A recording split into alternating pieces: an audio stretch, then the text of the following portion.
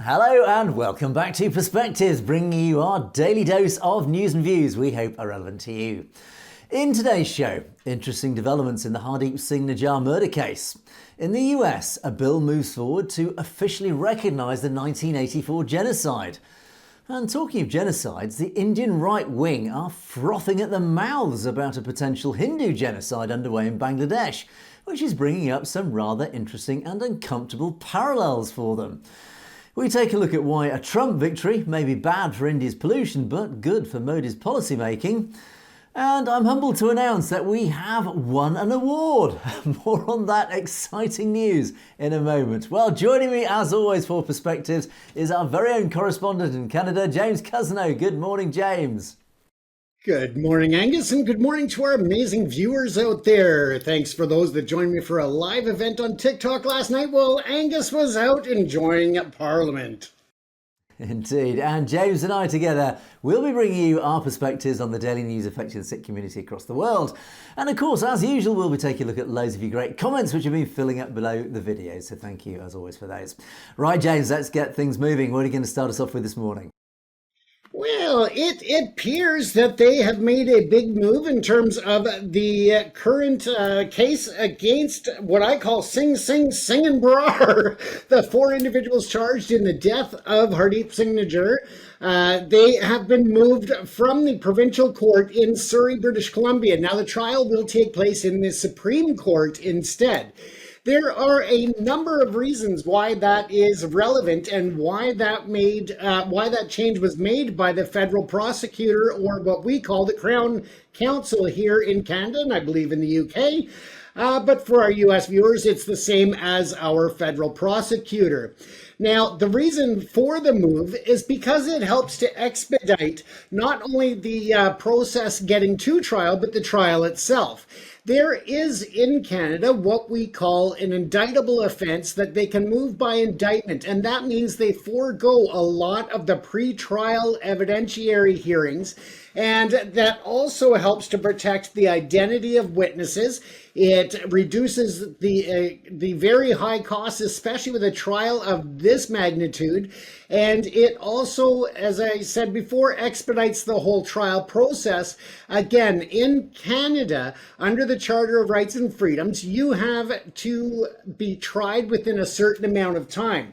If that fails to happen, then the case can be dismissed and the people can be just removed from any charges in the future as well. So again, it is a big move by the government of Canada and the prosecutors in British Columbia. Now, if you were watching the India media, it was quite comical because they were saying that it's being moved from the court, the British Columbia courts in Toronto, which obviously Toronto's in Ontario. We don't have BC courts in Ontario. But they were right in the fact that, yes, it has been moved to the Supreme Court. Now, in the Lower Mainland, or Metro Vancouver, we have two Supreme Court locations. One in New Westminster, just across the Fraser River, and one in downtown Vancouver. Now, it's my thought that it's going to be moved to the Vancouver location, given that they have larger courtrooms there and more ability to facilitate everything from the media to the major amount of people, I believe, that will show up to witness this trial. It, again, is garnering international attention, so I think they're going to need the facilities and infrastructure to accommodate a much larger crowd than what we can see in New Westminster or in Surrey. Now, the exact date of trial has not yet been announced. There is still a bit of legal wrangling to be done, but again, it is a lot more expeditious than the provincial court system. Now, on the screen, of course, now you can see Amanpreet Singh, 22, Kamalpreet Singh, 22, Karanpreet Singh down below on the left, he's 28 years old, and Karen Brar, 22. So these are the individuals who are accused in this. Now, once again, Section 577 of the Criminal Code of Canada, also known as the CCC, allows for the Crown Prosecutor or the Crown Counsel to apply to have this venue moved. Now, that is not up to a judge. That is actually up to the what we call the chief counsel or the attorney general or his assistant, which would be the deputy attorney general in Canada. Now, they, of course, have agreed to go ahead and move it. And I'm going to go through just a quick understanding of what it means to what the definition and reasoning behind that.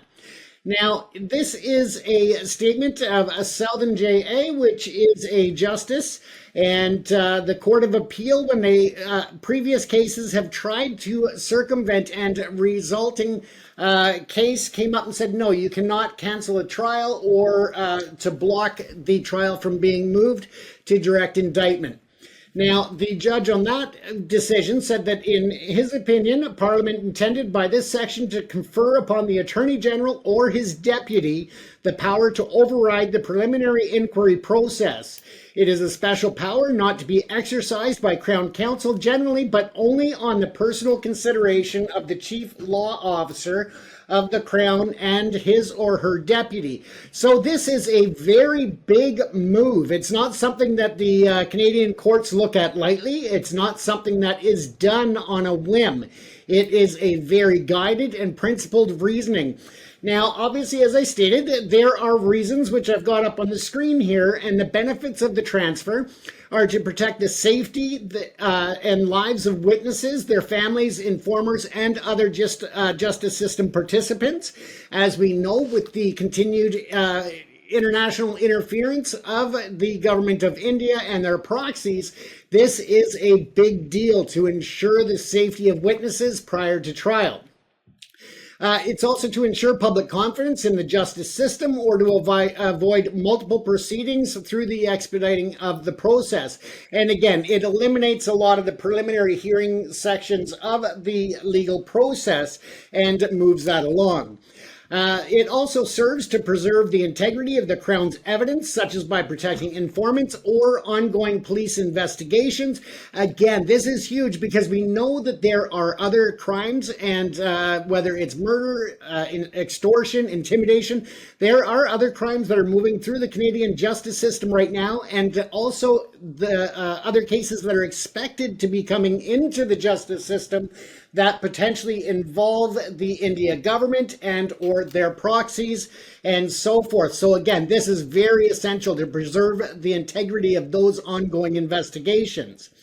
When a preliminary inquiry would be unreasonably costly, complex, or long, so again, it helps to helps to expedite the process and reduce costs when there is no actual reasoning to prolong it.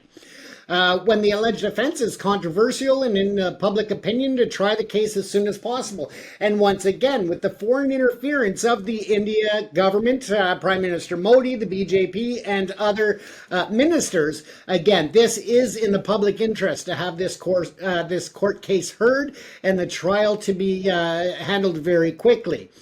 Now, as we finish up here, it was also not gone unnoticed by Mr. Gurpatwant Singh Panun, who's the lead counsel of Sikhs for Justice.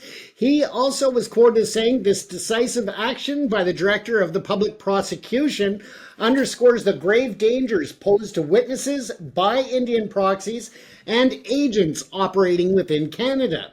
The assassination of Hardeep Singh Nijjar and subsequent threats to witnesses expose the pervasive influence of the Indian spy network coordinated through the consulates in Toronto and Vancouver." So again, he is applauding that move by the Federal Prosecution Service. And as we know, there are a lot of people that the India government has, the Hindutva extremists and others that have been stirring up the pot in Canada to create violent outbursts and rallies and so forth. If you or someone you know are at risk of political or other interference, threats, coercion, extortion, or any other measures by the India government, anyone working on their behalf, or just extremists, then by all means contact your local law enforcement. Canadian law enforcement take this seriously, and they have gone to the extent to work with law enforcement agencies across the country from the federal level to make sure that they understand what's going on with the transnational repression and foreign interference by the India government. So again, reach out to your local law enforcement if you or anyone you know is feeling threatened. Once again, this image here is of the Guru Nanak Sikh Gurdwara in Surrey, British Columbia, where Mr. Nijjar was president, and of course leading the charge for the Khalistan referendum. So that is where we're at in the trial, Angus. The process is moving along, and they are looking to expedite it as we move forward here.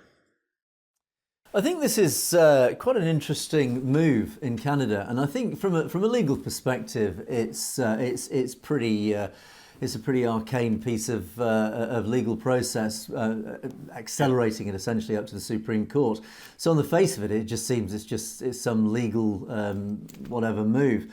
But actually, the significance of it is actually quite large, and I think, of course, Sikh organisations have picked up on this, understandably, and they've actually recognised why this is so significant. Because essentially, what it's saying is that we see these defendants as being potentially at risk, and also there being a massive public interest to accelerate this case. In any normal case, it would go through that very, well, it's not slow in terms of relative to Indian processes, but certainly in Western perspectives, it's a fairly slow, steady, considered process of law that it has the initial hearings, then gets upgraded, shall we say, to the larger court to hear the case. The fact that this has skipped that first step is actually a very, very significant message, both to India but also to the world in general, saying, look, we actually need to accelerate this because there's clearly evidence coming out in this case that is pretty significant, that is pretty incendiary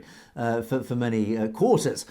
And I think there is a very clear public interest to clear this case up as quickly as possible, because it is quite likely that there will be a lot of evidence coming out in this case that could be very damaging to India, very damaging to Indian interests, and also very damaging to Narendra Modi himself, but also very significant for both the Sikh community and, of course, the Canadian community at large, because it will highlight the fact that there are these Indian criminal proxies who are operating so far untouched around Canada and, of course, the rest of the Western world as we know it, and that they've managed to get away with murdering a Canadian citizen on Canadian soil. That is pretty significant in terms of its implications. So it is very important that actually what's happened and what's led to this, what has created this situation, is found out as quickly as possible. These men are brought to justice as quickly as possible. Now, when we look at these men themselves, ultimately, in the grand scheme of things, they're pretty insignificant, ironically, even though they were the actual potential, well, they're innocent till proved guilty, but let's assume this does lead to a guilty verdict. These guys essentially are just criminal proxies. They're just low-level local, well, they're not even local, I think they were actually imported into Canada, but ultimately they form the lowest level of this tree of this operation. They're just criminals. I say just criminals, they are basically criminal killers. But really, what the eyes are on at the moment, and what we really need to find out, is just who were the masterminds, who were the orchestrators of this, who were the conductors of this operation. And we do know that the evidence is coming out slowly but surely that this is pointing up to ministerial level in India. And to get to that part of this overall massive investigation that, of course, will involve all the intelligence services of the Five Eyes nations, we need to get this first step out of the way. We need to establish that these guys were the killers, who hired them, and this is what's going to come out in this case. So this is why it's important that we get through this as quickly as possible so that we can get on to the more meaty part of this whole investigation, which is who actually was behind this whole operation. Who were the puppet masters pulling the strings, orchestrating it all? That's who we really need to find out. And also there is another side issue here, that India, as we know, are quite prepared to go out there and murder relatively innocent people.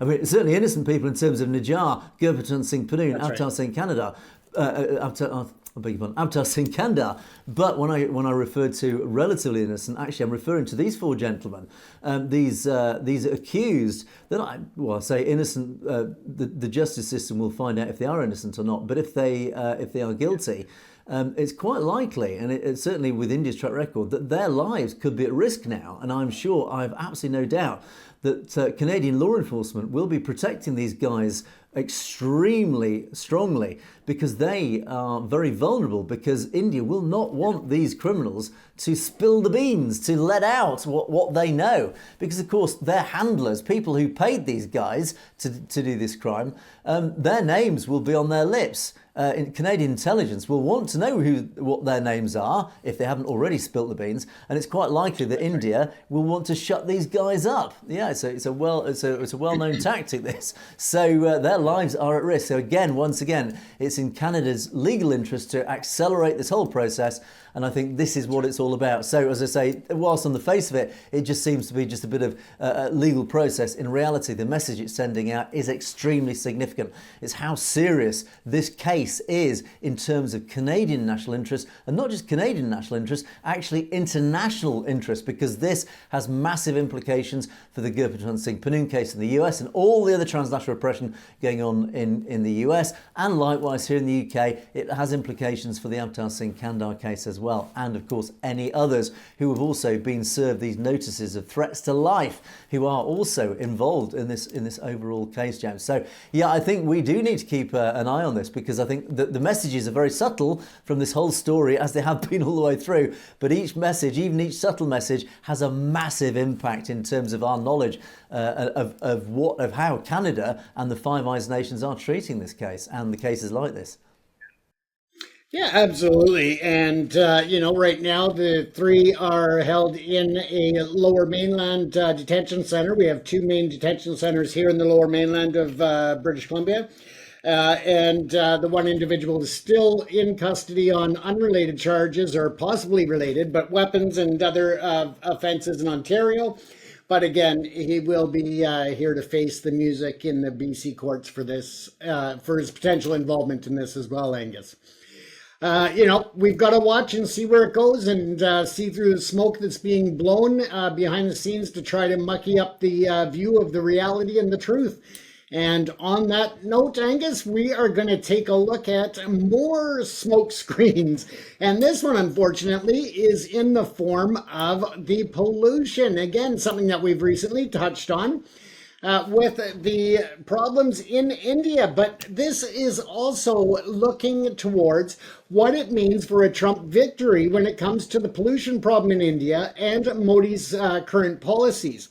As we covered the other day, the COP Summit came out with a $300 billion settlement or agreement between nations to help to deal with climate challenges. But with Trump and his team being on the record previously in his previous administration that they were more denying the impacts and the extreme crisis of the climate around us, it's a matter of now Modi will feel empowered. He's not going to have the US government bringing in the climate issue and the pollution issue as a negotiating chip when it comes to any trade deals or humanitarian aid or anything else.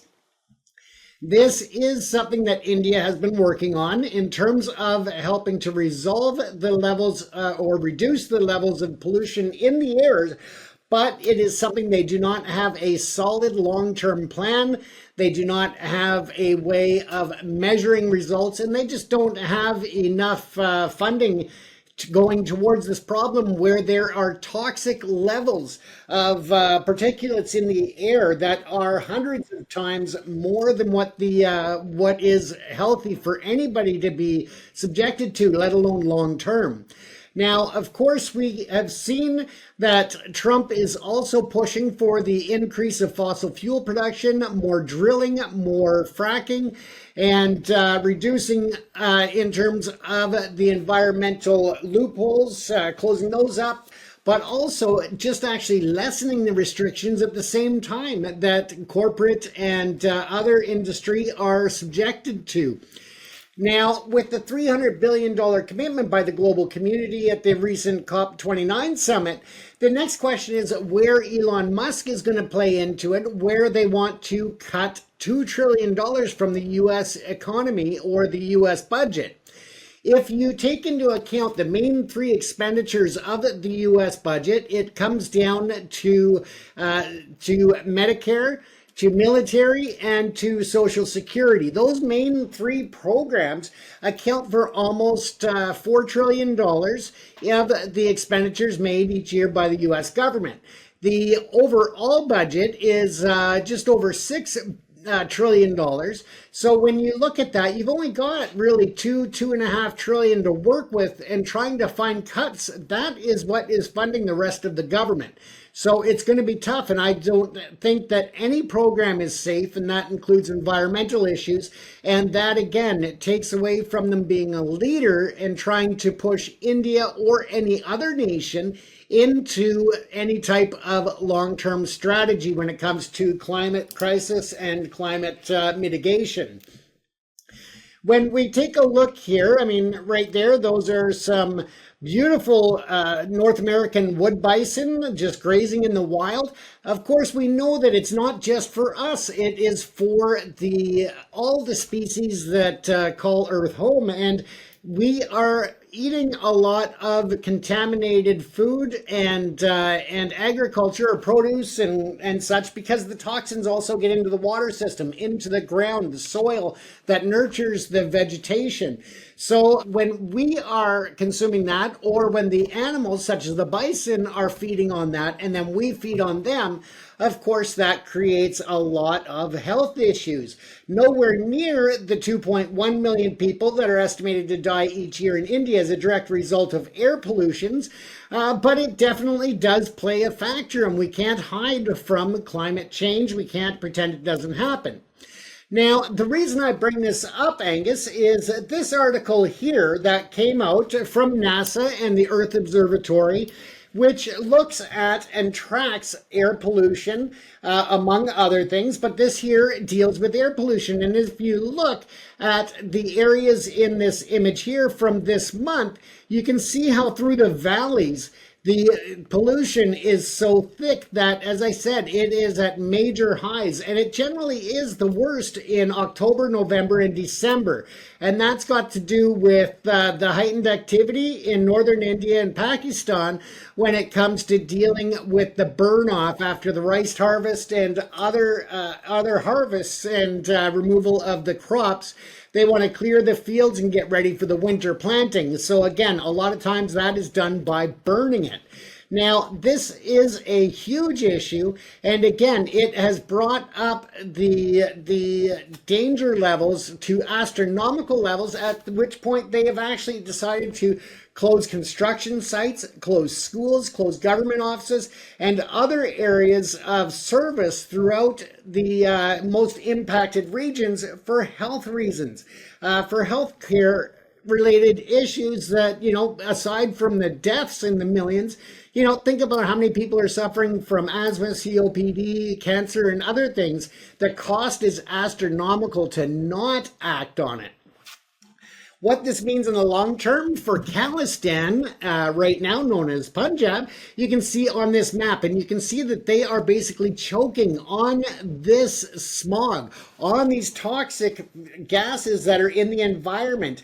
And this is also, when you look at the whole trajectory of how the wind is moving through the valleys there, you can see on the mountains how nice and pristine it is in terms of the view, but through the valleys, it is a dangerous situation. And also, when you think about it, it could also be the same wind patterns that India potentially could use for airborne illness or other types of chemical warfare against the people in the Punjab, the minorities. And it's just a scary thought that when you look at the deaths already happening, that it wouldn't be too hard for them to really introduce something into that wave flow, because the India government, of course, doesn't really put a priority on the Punjab, on Haryana, on Uttar Pradesh. And that you can see is where all of that accumulation and chokehold of smog is going, Angus. Yeah, I think there's two arguments here. There's two probably two different sides to this story in terms of pollution and climate change. I think let's take a look at the first one, which actually is the pollution, is this smog. And we reported, I remember last year reporting about these terrible smogs, and the statistics that highlight the impact of these smogs are absolutely shocking. The number of people, all the way from the elderly down to even babies, who are literally dying because of the enormous levels of particulates in these pollutants that are blanketing so many large areas, particularly around Delhi. The deaths that occur from that are actually really quite eye-wateringly shocking, I have to say. There has to be a movement to do something about it. And it does actually remind me of the old London smogs. I mean, fortunately, I'm young enough not to remember these, but I think it was through the 1950s. The smogs that blanketed London that actually came from coal fires at the time were killing thousands of people every year at least. Again, people walking through these pea soupers, as we call them, because they look like pea soup because the visibility was so slow. And that essentially is what's happening in Delhi. Delhi is shrouded in these pea soupers. And as it turns out, and as I reported in fact last year when we looked at it in detail, is it is essentially coming from the farmers right across northwest India burning the stubble because it's a quick, fast way of removing stubble. From the wheat fields, as I understand it. I'm not a farmer, and I don't know if there's any alternative to this, but ultimately it is up to the experts in this field to come up with another solution, because clearly burning stubble in such large quantities in such a short period of time is literally killing people, and that is something that absolutely the Indian government has to get to grips with. Why hasn't it? That's a good question. I do know that they have poured resources, and there is a special task force that has been set up, and they even have water sprayers around the city in particularly bad times to try and dampen down the particulates. But ultimately, it's a drop in the ocean in terms of actually tackling the source of this. So the Indian government really needs to get a grip of this, and one wonders if their attention is elsewhere. And I think it's really up to the Indian population to start pressuring their government an awful lot more to say, look, come on, people are dying in large numbers here. We really need to get a grip on this. That's one side of this. The other side, of course, is climate change, which is the bigger picture, is the bigger story. And we reported the other day about the COP29 outcome, and India standing up and calling out the West, saying, look, you're not giving enough. This $300 billion that you promised to tackle this climate change is nothing. They're saying it's a drop in the ocean. And yet we look at India, this nation who is responsible now, who is, I think, the fourth largest accumulated over time polluter on the planet, fast becoming the third largest, behind China, of course, and the US. And what's India doing about it? Well, I don't see an awful lot of action from India, other than they're standing up and saying, we demand that the West pays more money and pays more reparations to tackle climate change, when in fact India is actually one of the greatest polluters on this planet.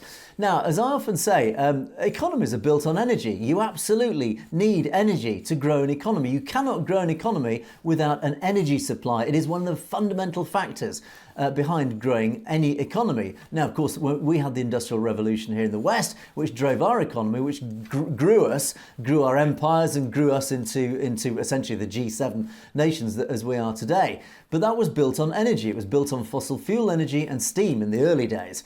India and China are now enjoying this enormous growth in both their economies, both built on fossil fuels. So they are actually the largest drivers of global pollution, because they are building the coal-fired power stations, they're building on oil, they are essentially building their massively growing economies on fossil fuels. So essentially they are guilty, they are the worst perpetrators of all this that is contributing to climate change. Now, I personally am a skeptic about this whole climate change agenda. The climate has always changed. The climate has changed since the Earth ever appeared in the universe, however many billion years ago. So climate change is a fact of life, and it is a fact of life since human beings have ever existed, and billions of years before humans existed. And what has happened, and I am particularly a strong believer, is that this whole agenda has been taken over by a small group of who are using this to essentially extract wealth from the global population. It is all part of a grand scam. Notice it used to be global warming that suddenly morphed into global climate change, because suddenly actually evidence came out to say actually global warming isn't a thing. It's climate. The climate is changing. Essentially, of course, the climate's changing. The real controversy here is the human being contributing to this. That's a whole different argument, and the arguments are very polarised. What I do know, and I find very suspicious, is that any scientists who stand up and question the science about this climate change agenda, they are immediately buried and ostracised, etc. And that in itself, to me, is an alarm bell. But that's a whole different argument that we don't have time to discuss today. But what we are discussing today, Trump is a believer in using fossil fuels to continue growing the American economy. But he's also a believer in renewables, but he plans to follow the Chinese model. The Chinese have got it right. They are one of the biggest builders of renewable energy, whether that's through solar or wind energy, but at the same time, they're also one of the fastest builders of coal-fired power stations, because they know to grow their economy, they need energy. That energy cannot yet come from renewables, but they know in the future it will. So what they're doing is they're running it in parallel. They're running renewables in parallel with fossil fuels, knowing that one day in the future, when they are ready and the technology is right and efficient enough, they will then transition fully from fossil fuels, or the hybrid version at the moment, which is renewables and fossils, across completely to renewables. That is what China's doing, and that is what Trump plans to do with the US. India, however, are way behind the curve on this. They're still relying on fossil fuels massively to build their economy. They are doing a tokenism effort through the Adani Industries, interestingly, to link through to one of our previous stories, and building solar power plants, but they're way behind the curve. But they are, and because of that, they still remain one of the largest polluters. So I think there's an awful lot of stories in this one story, James. But I think it's interesting that I think the angle on it, yes, is Trump coming to power, ironically, could actually help Modi's policies, as you rightly point out. Yeah, and when you have that number of deaths within your population, as I said, just the associated medical expenditures by the government and the country as a whole are astronomical. But add into that the people who are not dying, that are just sick from it. I mean, the cost has got to be just a staggering level, Angus. And I think one point that we also need to raise is the priorities of the Indian government. This is a nation that is blanketed in smog, and its citizens are dying of smog, and we see not an awful lot of action about it. And yet this is a nation that has a multi-billion-dollar space program. They are sending probes to the sun, to Mars, to other planets. They've landed on the moon. Billions of dollars worth of investment have been poured into their space program. And this is a nation that still has some of the worst poverty on the planet, that is still seeing people dying on a daily basis through smog and pollution. So, James, I have to say, I think the priorities of the Indian government are completely skewed, are they not? But if you look at it from their point of view, Angus, when you get out to space with all that smog, they can't see the problems in their own country through the smog. Absolutely right. Couldn't put it better myself. Right, let us move on, James, in the interest of time, which is marching on inexorably, as always. Right, I want to just quickly have a little self-indulgence, if our audience will grant it to us. And I'm very pleased to report that a couple of nights ago, I was invited to a gathering of the great and good in the Sikh community here in the UK at the British Houses of Parliament. And this was to celebrate the Gurpurb, the birth date of the first Guru, Guru Nanak Dev Ji. And it was attended by some very, very important people in the community. It was a great privilege to sit amongst some of the high-ranking, high achievers, those people who've really done an enormous amount for the Sikh community here in the UK and, of course, internationally. And it was organised by the Sikh Federation UK, it was organised by the Sikh Network and others, and also present there were 16 members of the British Parliament, including the all-party parliamentary group for to represent the Sikh community here in the UK. And as part of that discussion, there were some wonderful speeches given by some of the speakers there, and I'm hoping we will have some video footage when it's officially released and some photographs of the event, which obviously I'm showing you a few photos, basic photos that I've got now of the event. Now, as part of that event, I'm delighted to say that we were actually given an award, James. Our work, our contribution, our tiny little voice has been recognised for the contribution, our savour that we've tried in our own little way to contribute to the community. Our tiny voice has been recognised. Our little squeak out there has been officially recognised. And I was presented with this wonderful award, this piece of glassware. Thank you. And it says the Sikh Network, the Sikh Federation UK, all-party parliamentary group for British Sikhs, celebrating Sri Guru Nanak Dev Ji's Gurpurb. Special contribution and recognition award in the media. So I have to say this was presented to myself by Preet Kaur Gill, one of our high-achieving Sikh MPs who's in the Labour Party. She's been in Parliament for several years, I think 7 years. Anyway, I'll correct that, whatever. But she presented us with the award. She's done sterling work for the community herself, so a great thank you to her. Tam Desai was also there, one of our longest serving Sikh MPs, as, of course, many new Sikh MPs who are now in the Houses of Parliament were there. And it was a really, really good event. I have to say a few thank yous and shout outs. Firstly, a big thank you to one of the key members of the Sikh Federation UK, Hardeep Singh, who I saw there in person for the first time. I've interviewed him several times, but it was very nice to meet him. And a big shout out to Dibinderjit and a big thank you to him. But also a big shout out to Gurpreet Singh Anand, the president of the Khalsa Jatha in Kensington, and also Kuldeep Singh Dial, the president of the Guru Nanak Gurdwara in Smethwick here in the UK. It was lovely to sit next to those guys, and they introduced themselves and recognised me, which is a wonderful experience. And of course, interestingly, now for our future shows, I also, one of the speakers at the event was Michael Polak. He is the barrister representing Avtar Singh Kandar's family, investigating the suspicious death of Avtar and calling for a judge-led inquiry into the passing of Avtar. So he has agreed, hopefully over the next few weeks, to be interviewed in one of our podcasts. So do keep an eye out for that. I will keep you posted on that. But hopefully we will be interviewing Michael Polak, the barrister, who can give us an interesting insight into the investigations going on into Avtar Singh Kandar's death. So thank you to every one of you who were in attendance there, and thank you for the community for your recognition. It is massively appreciated. And a piece of glassware. It sits with pride at James and I's Satluj office as a badge of pride and honour. And again, as I said at the event, it has been an enormous privilege and an honour for James and I to sit in our seats here and add our tiny little voice to the massive clamour of the much more, I would say, courageous people in the community who've been doing such sterling work for the Sikh community globally. So there you go. Right, James, let us move on into more serious matters now.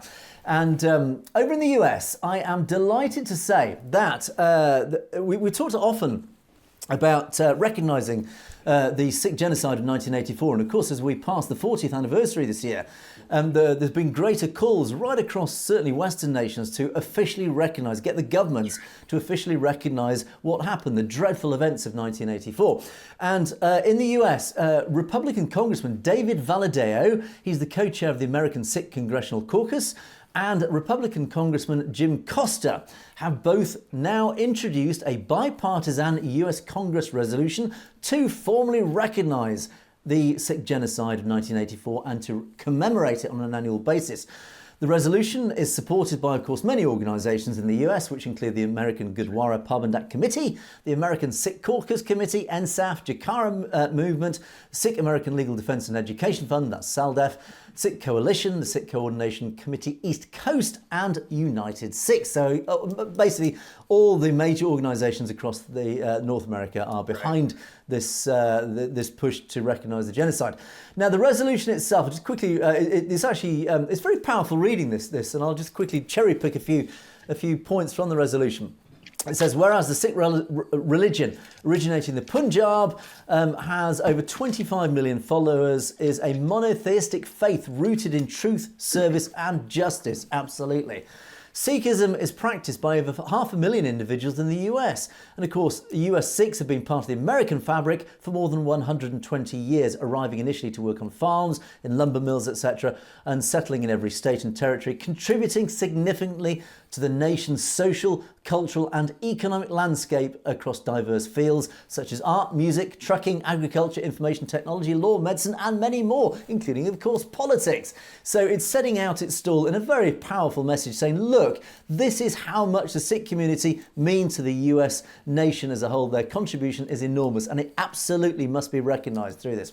So whereas systematic and orchestrated genocidal violence was perpetrated against Sikhs in 1984 in various states across India, whereas the Sikh Genocide, Sikhs were assaulted, tortured, burned alive and murdered. Sikh women, many of whom lost their families during the genocide, were sexually assaulted and raped by groups of attackers. It's highlighting once again, this wasn't just simple wholesale massacre, it involved torture, the most dreadful crimes against humanity.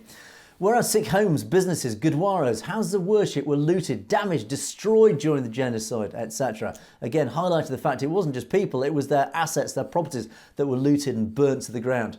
The Indian government, through officials and members of parliament, and with the support of the police and other state institutions, led genocidal attacks and participated in and failed to intervene to prevent the genocide.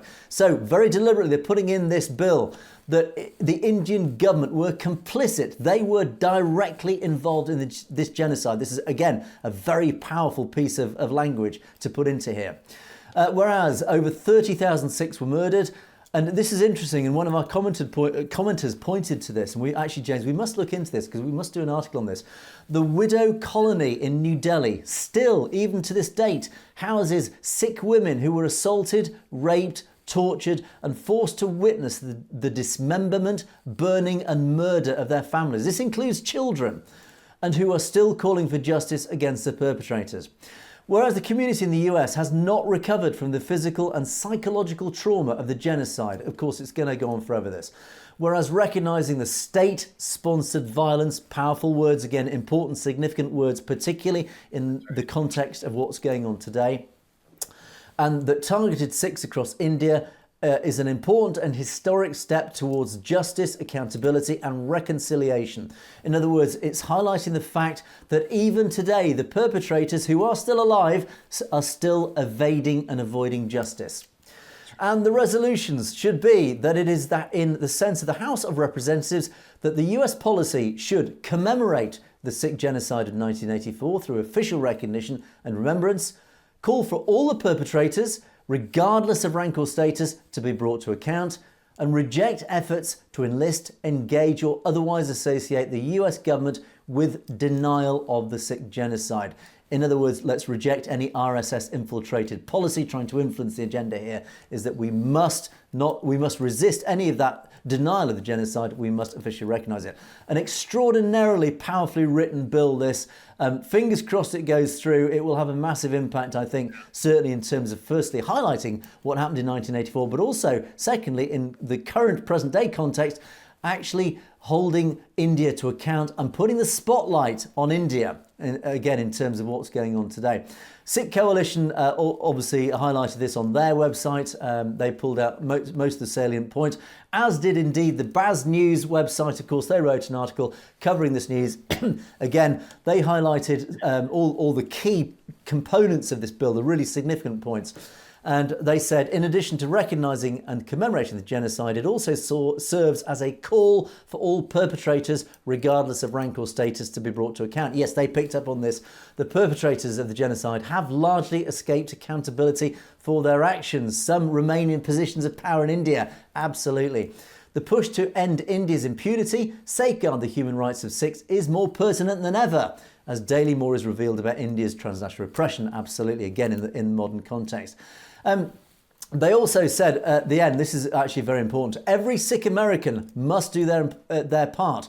Pick up the phone, write an email to urge your member of Congress to be a co-sponsor. Ask your friends and family to join you in the effort. One voice can be dismissed, a chorus cannot be ignored. So again, Important message that we always reiterate: get out there, be vocal, be active, lend your voice. A single voice can be dismissed, but when the whole community unites, it becomes an extremely powerful voice that has weight. It has the ability to influence and change things, change policy, as indeed this bill is an absolute perfect personification of the voice of the Sikh community, James. I'm very delighted to report that this thing is moving forward.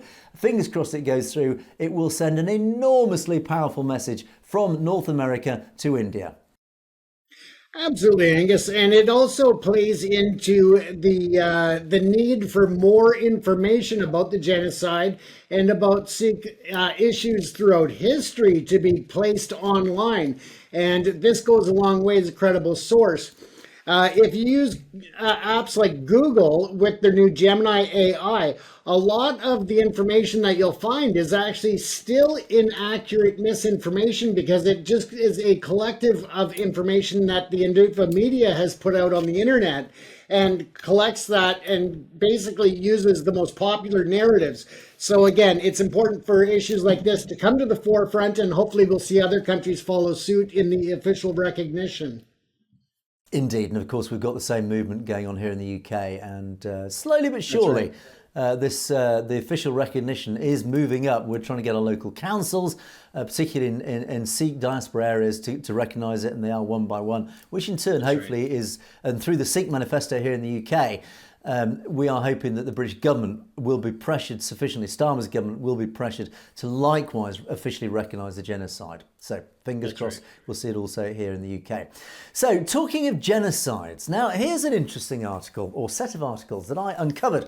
I often trawl through the right-wing social media in India just to get a flavour of where the right wing are working towards, what their latest attack angles are. And I've noticed over recent months, certainly since the fall of Sheikh Hasina in Bangladesh, there's been quite a growing chorus across Indian right-wing media about what they're calling a Hindu genocide in Bangladesh. Right. And of course, terrible things are actually happening in Bangladesh in that the Hindu minority are finding themselves the subject of an awful lot of violence from a lot of the local residents. Again, it tends to be extremists, once again, perpetrating this violence. But Hindus in Bangladesh are finding themselves the subject of violence, and quite terrible violence in Bangladesh. Unsurprisingly, the Indian right wing, particularly the Hindutva right wing, are up in arms about this. They're shouting from the rooftops. They're filling social media with outrage. And again, I have to say, it's justified outrage at what is going on over the border in Bangladesh. And Mr. Sinha, who I often quote on the channel, and I do like to have a good trawl through his social media pages because he does bring up a lot of information. Again, he's a good window into the right wing of Indian perspectives. And he's recently posted up some terrible pictures of violence. And I obviously can't corroborate this. This is just shared across social media. But it alleges that these are Hindu victims in Bangladesh. And as you can see, there's been an awful lot of violence against these people. There's a lot of blood on display. And what is interesting is the reaction across, again, the commenters of the right wing. And I'm going to read you some of these comments to give you a flavour of the feelings of right-wing Hindus in India. One comment says, "The only solution is international pressure and a boycott of Bangladesh. And for that to happen, Donald Trump must come to power. Hindus are in a minority of only 7% in Bangladesh. They don't have any chance against these radical maniacs. Violence will only lead to more violence against them. But it's a shame that we're letting this happen in a country that was given freedom by us. Yeah, supposedly Bangladesh is a democracy, and yet they're letting this minority have violence perpetrated against them. This is the nth genocide of Bengali Hindus." Another commenter says, "The Indian government should immediately provide arms to the Hindus in Bangladesh. They should be given weapons training. There's no more room for talk. The only solution is to take up arms and fight against Islamic extremists." I'm starting to feel a theme's developing here. Is they're saying, look, these minorities these Hindu minorities in Bangladesh are being so oppressed that they should rise up in arms and fight against this oppression. I'm starting to getting a sense of hypocrisy developing here. So another commenter, another commenter brought out an interesting video, and again, I'm just going to quickly show you this video. Have a look at this video. This again is alleged violence where a Hindu-owned building was set fire to, and apparently, again uncorroborated, there were Hindus who were killed in this dreadful violence.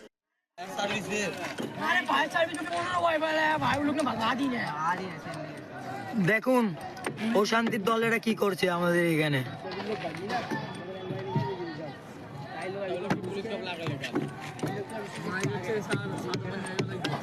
সামনে DB office এরা আমাদের পুরো মেদরপট্টি এলাকা আমরা খুবই আতঙ্কে আছি ভাই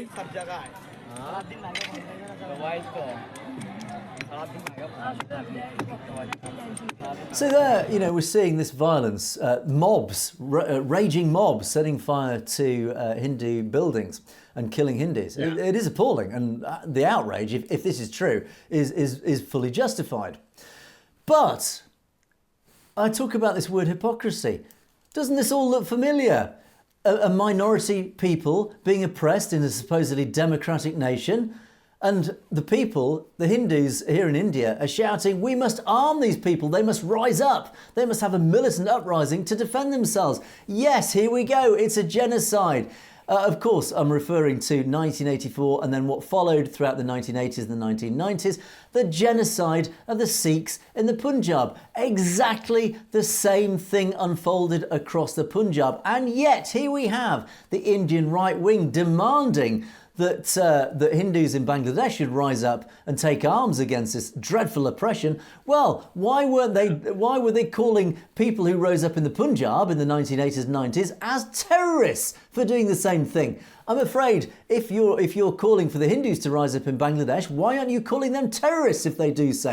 It's an absolute outrageous hypocrisy. Why aren't you calling this out against your own minorities in India, in your own nation? Yes, Sikhs are a minority in India, and yet they have suffered this very same genocidal mob attack violence. And when they try to rise up and defend themselves, you call them terrorists. It's an outrage of hypocrisy there, India's right wing. Please wake up, recognise what's been going on in your own nation. And it doesn't stop there. Here's an interesting one. In Bangladesh, there is a Hindu monk called Chinmoy Krishna Das. I didn't know an awful lot about this gentleman until I quickly researched him. He's a Hindu monk who has resided in Bangladesh. And in summary, he's a president of Pundarik Dam. He spoke up for the rights of Hindus. He rose to prominence after the fall of the Hasina regime. And he's become a bit of a rallying point for the minority Hindus in Bangladesh. They've rushed to him to say, look, you are a voice that represents us. He's held massive rallies across Bangladesh. And he's now in prison facing sedition charges over a flag, holding up a flag. Now, not many in Bangladesh would have known Chinmoy Krishna Das, a monk, a few months ago. It was the attack on Hindus and their temples as Bangladesh descended into total chaos after Hasina's fall that saw the monk rise to prominence. In 4 months, he's become the biggest leader of Hindus in Bangladesh, drawing thousands of people to his rallies. He raised his voice when everyone was silenced and suppressed. As one of the main drivers of the 8-point demand that Das has pressed for, he's pressed for minority rights in Muslim-majority Bangladesh to be recognised.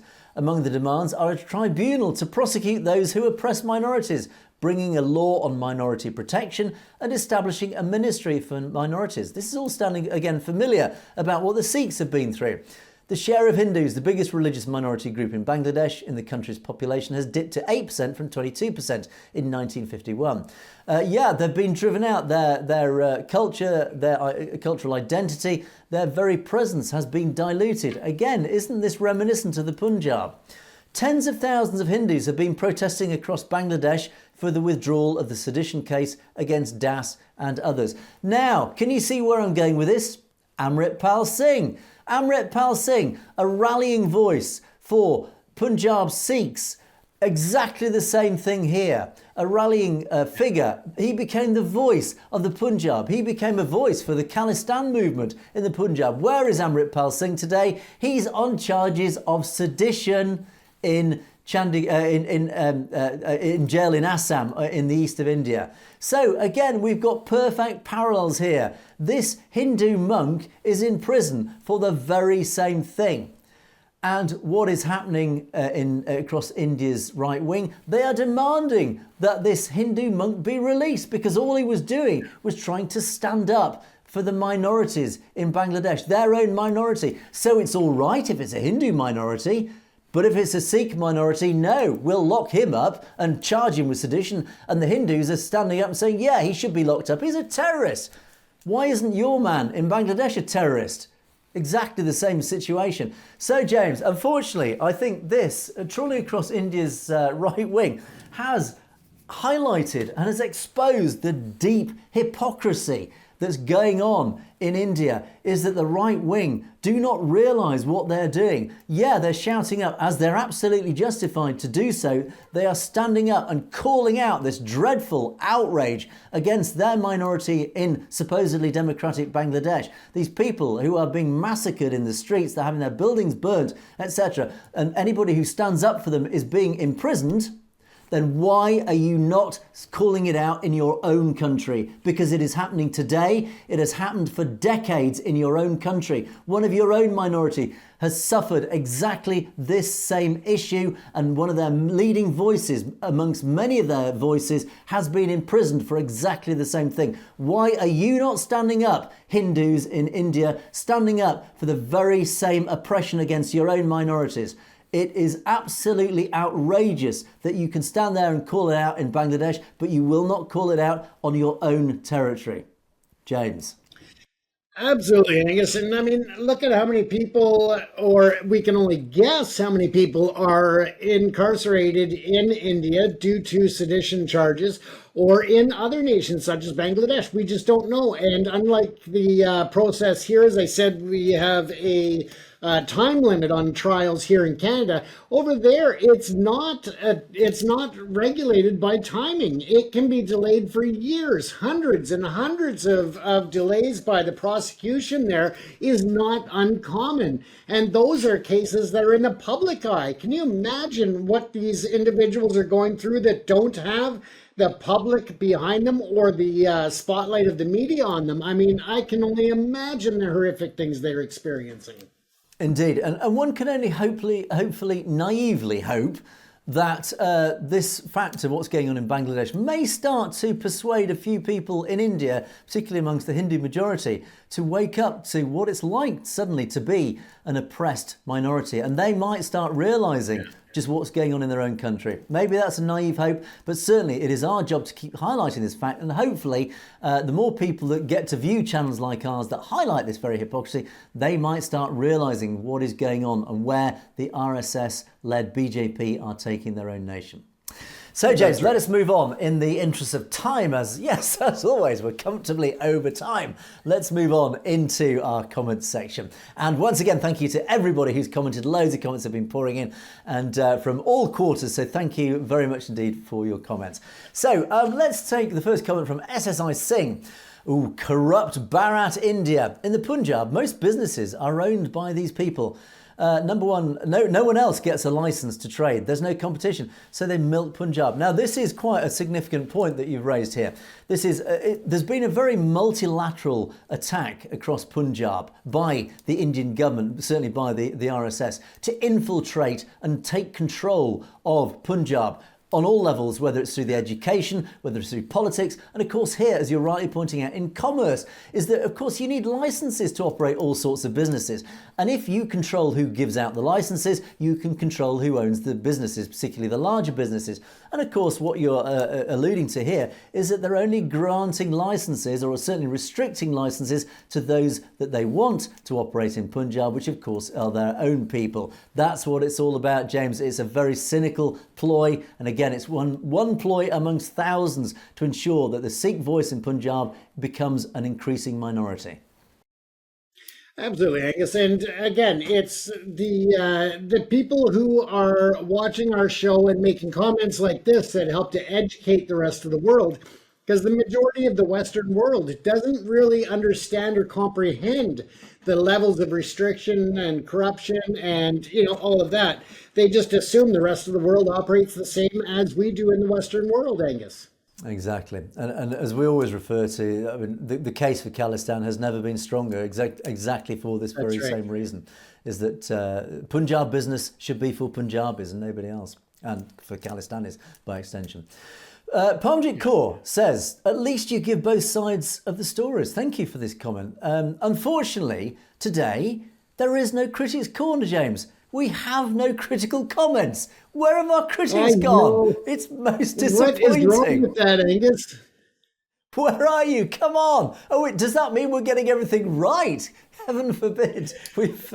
We're not upsetting anybody. We know we can't be doing a good job if we're not upsetting people. So where are you, critics? Come on. let's And I must say, neither one of us are arrogant enough to think that we're doing everything right. So they must be just on a break right now for American Thanksgiving. Exactly. It must be a holiday period or something. Don't worry, I'm sure they will be back. And Parmjit, thank you for your comment. And indeed, we do like to give both sides of the story. Maybe we're too successful at that. That's why our critics have gone into hiding at the moment. Amrit Saravar says, thank you for your kind words, for our courage to stand up and speak the truth. Now, you talk about supporting the channel and you urge other people to support the channel. We've given more than enough money to Gurdwaras. The majority of the Gurdwara committees are not with us in this fight. This is quite significant. Yeah, as we've often pointed out, there's a lot of Sikh organisations and institutions, not all obviously, but a few have been infiltrated by RSS agents effectively to try and deliberately divide and influence the community and turn it against each other, try and fragment the community. And of course, this has actually put a lot of people off attending Gurdwaras or supporting organisations, etc. And as you rightly say, but people still give money to the Gurdwaras. Now, I would always urge you to give money to Gurdwaras before donating to us. But please, absolutely, as you rightly say, why not give channels like us, even just a small amount a month? Again, we're not begging, we're not here to ask for money or beg for money, but it does help us along. If you are able to contribute, it is very much appreciated. And anything that you can give, even if it's 1 cent a month, it doesn't matter. It just helps us keep the channel going and everything that you contribute. But even your very presence as an audience is a massive contribution. Even being there is an enormous contribution, which we do appreciate, do we not, James? Absolutely, we do. And we've gotten questions on that, of course, with the demonetization of the channel. So again, we appreciate the concern for keeping this show alive and other stations and programs like ours. So thank you, everyone, for the generous support, but also the encouragement through your amazing comments and the interaction. And we do report, as I've reported in the past from podcasts in the past, that the RSS funds the propaganda machine, the Indian propaganda machine, by over $400 million a year. That's an enormous marketing budget to push their agenda. Our budget is about 20 cents, I think. So we're up against it, as they say. Right. Hardeep Singh, we're back to the alcohol discussion. This was one of your big topics, James, the alcohol being pushed across Punjabi cinema. And Hardeep says the alcohol has been pushed in Punjab for a long time. They've been, what does he say? They're trying to pollute the groundwater of Punjab. Many other acids have been dumped underground semi-Punjab. This, again, the whole comment is all about this, again, this multilateral attack on the Punjab, whether it's all about diluting the Sikh ethos, it's diluting the power of the Sikh cultural hold upon the Punjab, which has kept the place together for so many years, so many centuries, really. And that the RSS-driven agenda is to try and pollute this and dilute it in every way that they can. And as you rightly point out, firstly, whether it's through the cinema, it's instituting alcohol, making it become almost like a cultural norm to drink alcohol, which of course is deeply against Sikh philosophy, or whether it's polluting the groundwater. And again, we've talked about this, James, about the pollution, the dreadful levels, the cancer capital of India, the Punjab, because these vast industrial farms, corporate farms are using dreadful chemicals to increase crop yields, and they're of course polluting Punjab's waters, its most basic fundamental natural resource, etc., etc. So as you rightly point out, there are the attack on the Punjab is coming from many quarters, James. Yeah, exactly, Angus. And, it is just disgusting to see the lack of action there. And groups like Human Rights Watch and Amnesty International and so many groups are watching what's happening in India. But again, not enough action is being taken. And Jaspal Chatterfeld follows the theme, talks again about alcohol. It's been there for a long time, but then of course you develop it, of course, into the drug problem, which we often talk about in Punjab. And you rightly say every time a Sikh leader stands up against this, they become a target of the government. Absolutely. And again, we've reported on several news stories about people, high-profile people, and Amritpal Singh obviously being one of the key people now residing in jail. But there have been many others like him who have stood up in the Punjab recently and stood up, put their heads above the parapet, found themselves arrested and tortured. We actually have photographic evidence, which we've shown on the channel, about these people being tortured when they've dared stand up against the drug problem, highlighting the fact that these drugs are being deliberately poured into the Punjab, again, for this very same reason, to undermine the Sikh culture, the Sikh identity, undermine the Sikh cohesion of the Punjab. It's deeply evil, and we've got to keep highlighting it. We've got to keep attacking this dreadful policy to try and bring the Punjab down, and of course the khalistan movement. Right, I love Puneet Dajoka. Now, I said that very deliberately in this comment because, as you rightly point out, at the bottom of this comment, you never read out my name, yet you read out names that are far more difficult to pronounce. It's very simple, and then you describe how to pronounce it. Perhaps you have your reasons. Actually, I did, and I must confess, I never read out your name correctly because it actually has, and I'm not sure if you're aware of this, there are actually a few slang connotations of your word. It actually could be interpreted as being, I love something quite rude. And that's actually why I've not read out your name, because there is always a danger on YouTube and across social media that people choose names that on the face of it appear completely harmless, but actually they're really quite rude. And as we all tend not to be a rude channel, I've been a little bit suspicious about your name. So that's why I haven't read out your name. I don't know if the joke is still there. And again, you're pushing the joke a little bit further than is normal. Who knows? But anyway, but thank you for your comment. And you do talk about the smog. Unfortunately, we don't have an awful lot of time, so we can't go through your comment point by point, much as I wish we had the time for. But thank you for the comment and absolutely highlighting the fact that it's big industry that's polluting the environment. And again, James, we often talk about this link between big industry and Narendra Modi. There is no doubt that corporate India is deeply tied into political India, of course, the Brahmins, the ruling class. It is in their interest that industry it succeeds at high levels. It is profitable, and it becomes profitable by essentially polluting the environment, because to avoid pollution, it's costly, which means profits become less. So unfortunately, there is this unfortunate link between the corporate polluters in India and the Indian government. I only need to go back to, and I don't know if any of our audience members are old enough to remember Bhopal, Union Carbide. Again, another high-profile case. I forget how many died. Tens of thousands of innocent Indians were killed by a dreadful chemical leak by the Union Carbide company. I forget which year it was. Was it the 80s? James, I don't know if you remember the Union Carbide. I believe it was late 70s, early 80s, if I'm not mistaken. Yeah, a long time ago. It was a dreadful thing. Again, same issue. It was a large corporation in India that was unregulated and ended up killing tens of thousands of families. Children were killed. It was awful. Literally, there were bodies lying in the street. Horrific. Anyway, So I love something or other. Thank you for your comment. And if you think that the only type of bribery and scandal going on is the Adani Group, I beg to differ on that, because I'm sure there's a lot of corporations that are paying government officials to turn a blind eye to regulatory failures as well. So I have absolutely no doubt, and as many of our commenters say on a regular basis, India is deeply corrupt. There's signs of it everywhere, and certainly it's not low level; it's very, very high level of corruption that goes on. So Achar Singhil says, Sat Sri Akal, thank you, and same to you. Love and regards from the Midlands in England. And I always like to just highlight our British audience, of course, so forgive me for the indulgence. But hello and greetings to our viewers here in the UK, in the Midlands. Thank you for joining us. Now, Free Spirit says, this is interesting, James. Please announce the time at the end of your show, time that you are on live on the west coast of the USA. That's Pacific time, thank you. Now, actually, we are not live. We are pre-recorded. We edit the programme, we upload a few hours later. But that is not to say that one day, certainly in our roadmap, we are thinking about going live. And the real question is when? What time of day do we go live? And of course, our audience is global. We've got viewers in Australia and New Zealand. We've got viewers in the US, on the west coast of the US, and of course, over in India. It's a vast time difference.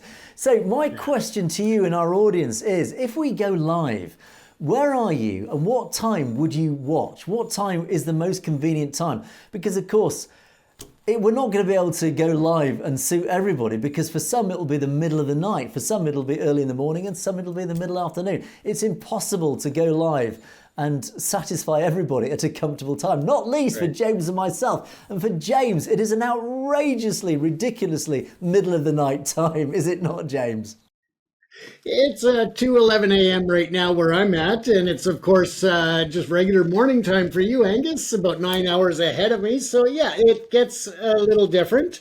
But again, I do on occasion show up on TikTok Live and open the discussion for any topics. So yeah, if you happen to catch me there, by all means. But maybe one day, Angus, we will move to live, and you've got that fancy new studio coming online there. And Absolutely. So please, first of all, spare a thought for poor James up at some ridiculous time in the morning, bringing you the news on a daily basis. But also, let us know where you are and what time in your local time you would like to watch this show live, because we do need to work out what time we will go live. But we need your input for that, so we ensure that obviously you can contribute to the show. And of course, you'll be able to comment live as well, which will be a very exciting development indeed. And of course, we have thought about even a phone-in programme, which will be quite interesting. So we'll see. And all that is in our roadmap, but we can only do it if you continue to support the channel. So please do keep there, keep watching us, and do contribute in the comments as well. Let us know what time would suit for you. And I love this comment, James. Horsekick says, you guys are the hardest working men in show business. You deserve a Christmas bonus. What do you think of that, James? I completely agree. What can I tell you? But I might be a little biased. Well, I absolutely endorse that comment. I think it's a fabulous comment. We totally support that for obvious reasons indeed. And we do work extremely hard. I'm not sure we're the hardest working men in show business, but I certainly met in London the other day a lot more hard-working people who've contributed way more than James and I have contributed to the community. And it's really those people that I paid absolute tribute to. They're the people who deserve the Christmas bonus. They're the people literally risking their lives on a daily basis to support the community. So well done to them, and thank you for all their support as well for our channel. You know who you are. Okay, and the final comment comes from Lakwinder Singh. Very nice, guys. Thank you for supporting Khalistan. Well, as I say, it's not just a thank you to us, it's a thank you to you, our audience. We couldn't be here without you. We couldn't do what we do without your support. It is a pleasure, and it is a privilege and an honour, as I keep saying, to represent this movement towards Khalistan. We do know it's going to come one day, and we can't wait for that wonderful day to happen. As James and I, as we keep saying, we will present our first live show in Khalistan on the day that Khalistan is established. So, but until that day, we have to be patient. Sorry, James. I was just saying that it'll be a beautiful day. The sun will shine, I have no doubt. Indeed it will. But unfortunately, we must bring things to a close once again for another week on Perspectives. Thank you so much for watching. Do keep those comments coming in. We've had loads of comments. No, don't forget to our Critics Corner. If you're watching this show and you think we're talking nonsense, let us know and explain why we're talking nonsense. It's always fun to have that little bit of banter during our comment section. But of course, thank you always for the educational comments. There have been some fascinating input from many of you. Please do keep those comments coming in as well. Don't forget, you can message us directly at message@satlowstv.com if there's anything you'd like to bring to our attention that you don't want to put in the public domain. But in the meantime, once again, thank you for watching Perspectives. It is a goodbye from me, and it is a goodbye from James. Take care, everyone. Stay safe. You've been watching Perspectives. We will see you next week.